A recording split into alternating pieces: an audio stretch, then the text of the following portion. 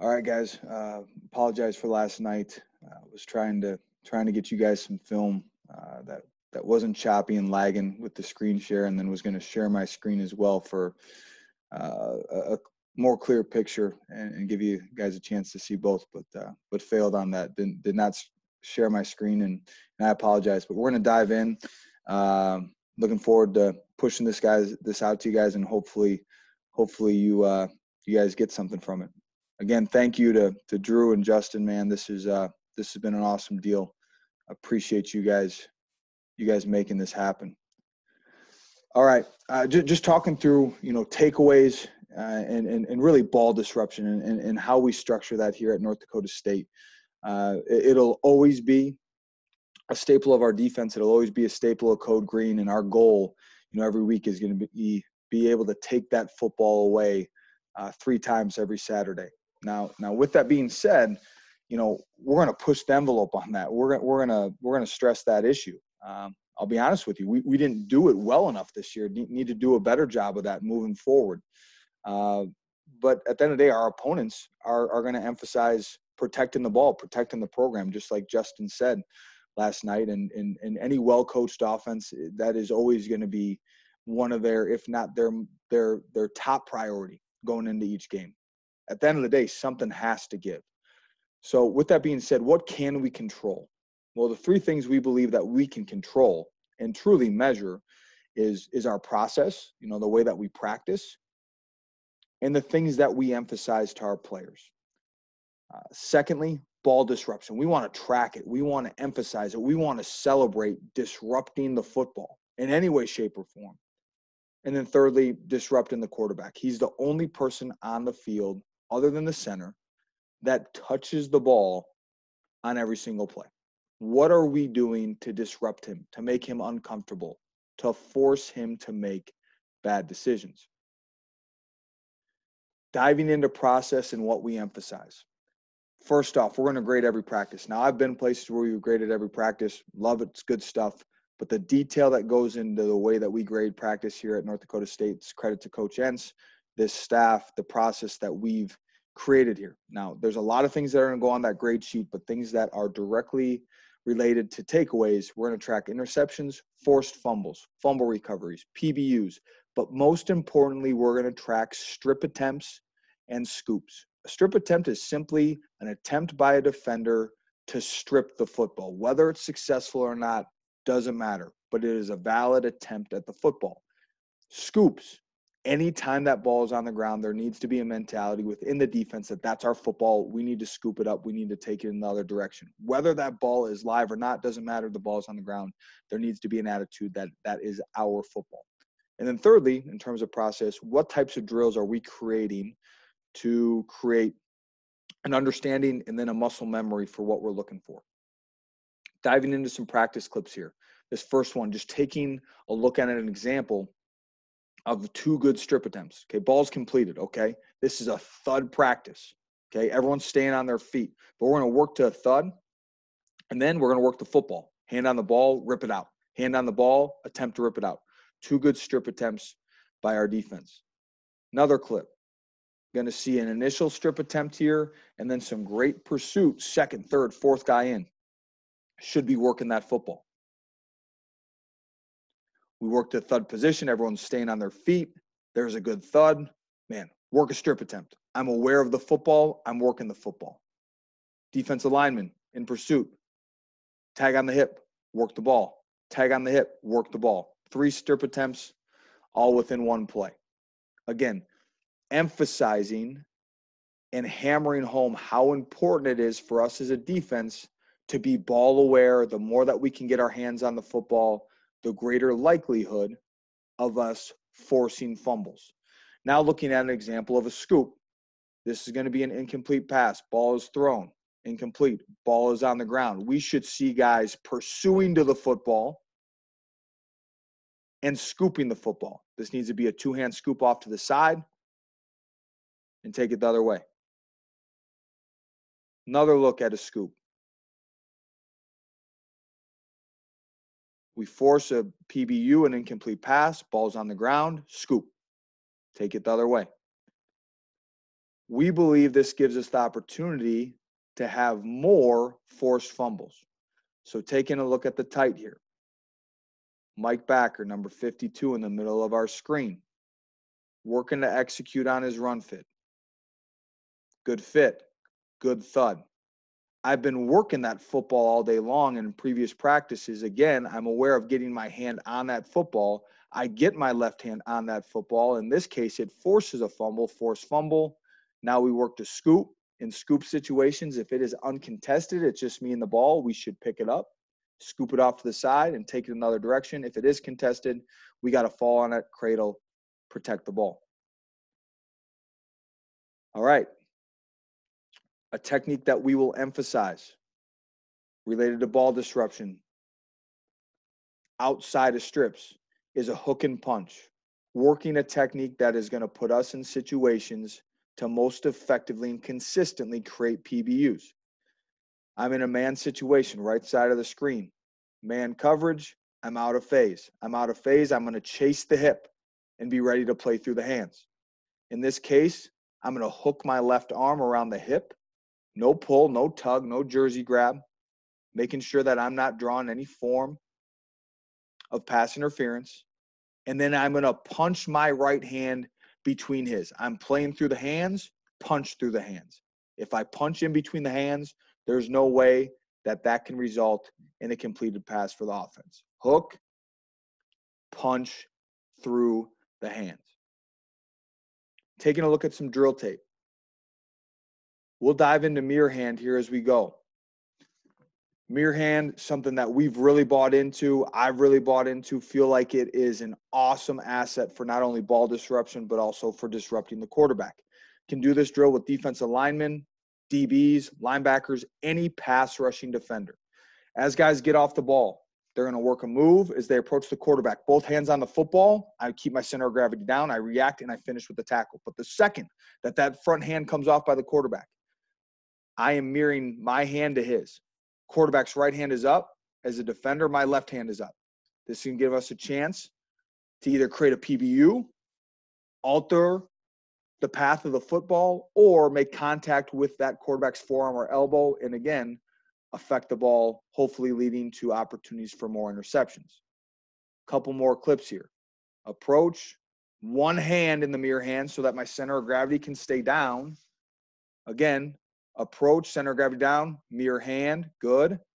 Another one, I approach, that front hand of the quarterback comes off, mirror the hand.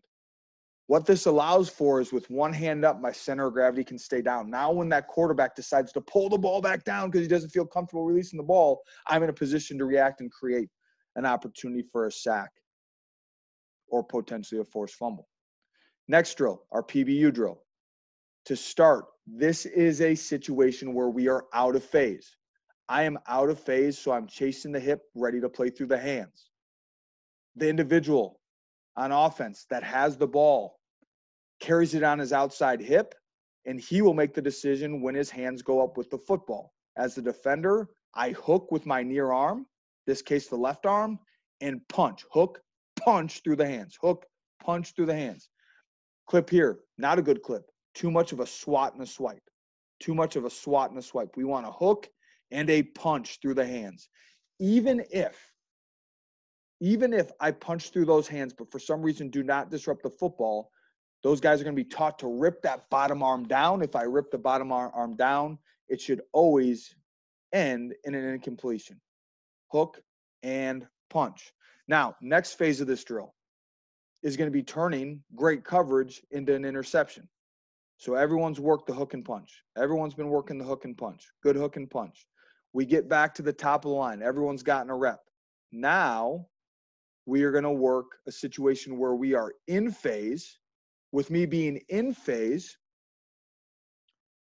I am going to get my eyes back to the quarterback. So I'm in phase. In phase, the route's defined itself. Eyes back to the cue, finish with a pick. I am in phase. The route has defined itself. Get my eyes back to the quarterback, turn it into a pick. I am in phase. The route has defined itself. Get my eyes back to the cue, turn it into a pick. Some good reps here.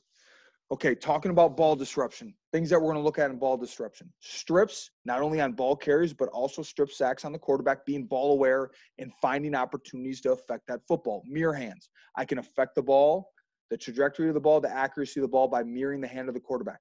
And then hook and punch, creating PBUs. Here's some game tape examples.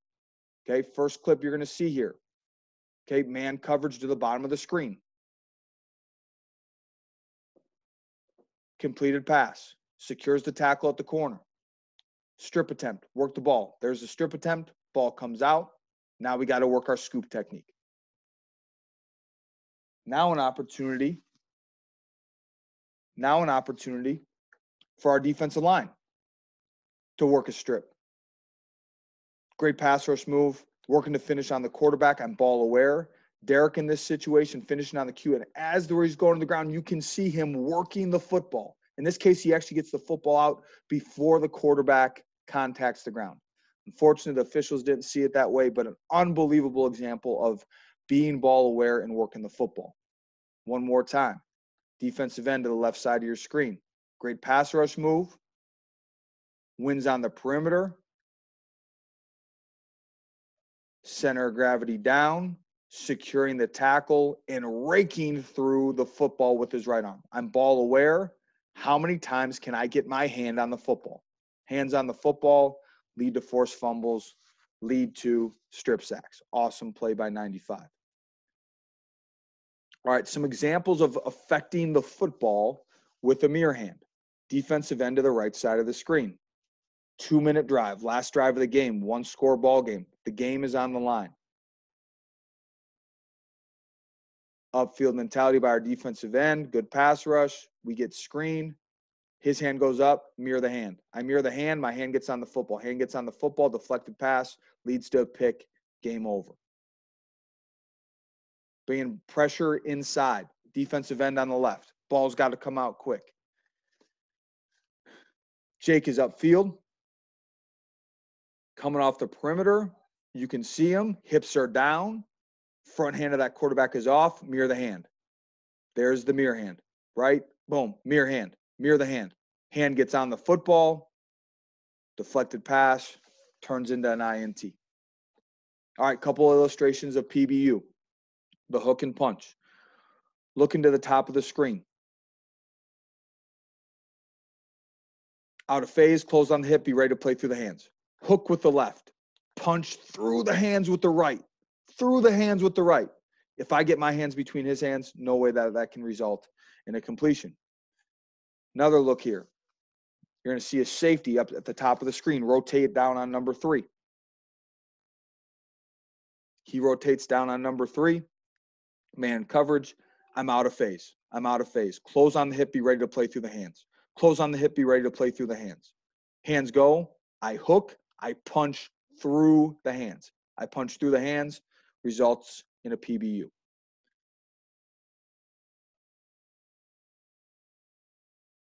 All right, last phase of this, fellas. Okay, we've talked about ball disruption. That's something that we can tangibly track, celebrate, and emphasize with our players. 4 things that we can do in terms of disrupting the quarterback. When we disrupt the quarterback, naturally it should lead to more takeaways. The mirror hand can disrupt the quarterback. Hits on the quarterback certainly affect that player.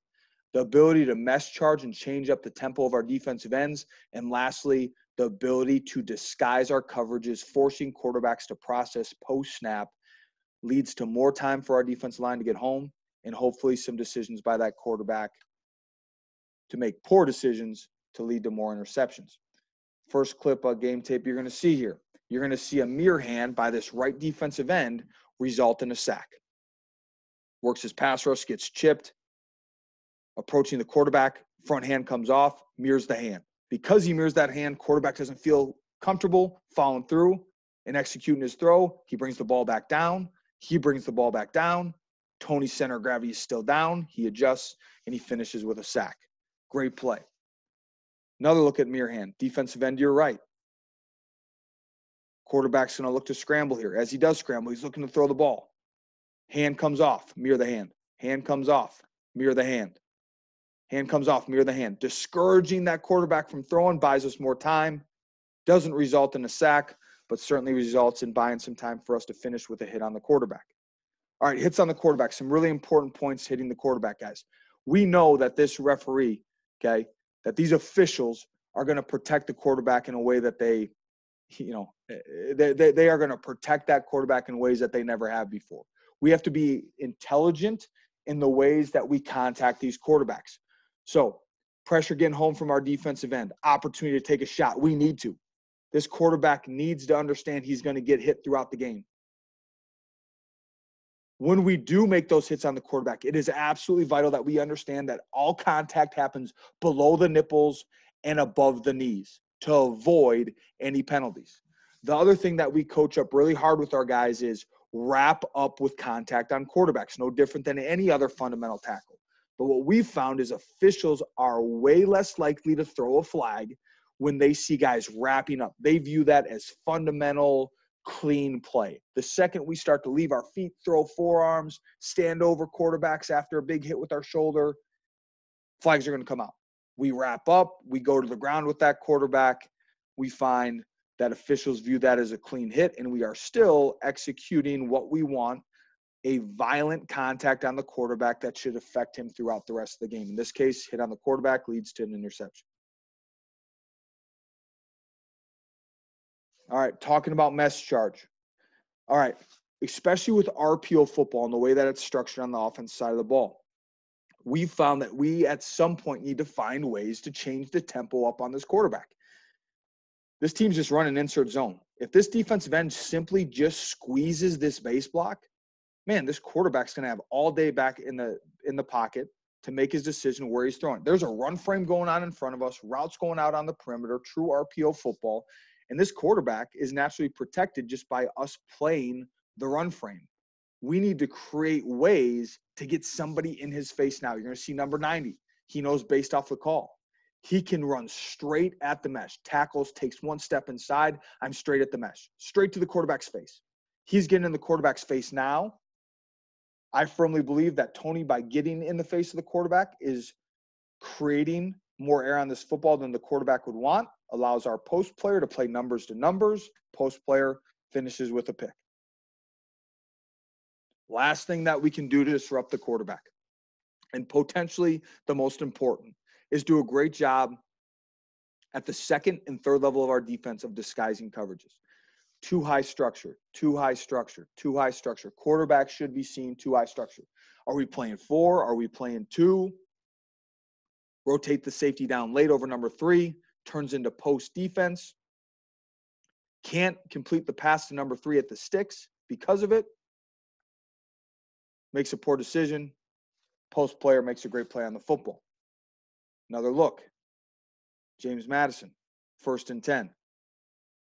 Too high structure. Quarterback sees too high structure. Even post snap, quarterback sees too high structure.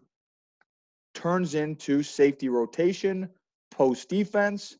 Quarterback is processing, not sure what the coverage is, holds onto the ball longer than he would like, and it results in a sack. Again, finding ways to disrupt the individual that touches the ball on every single play and is the decision maker for the offense. Absolutely vital to us creating situations where we lead to takeaways.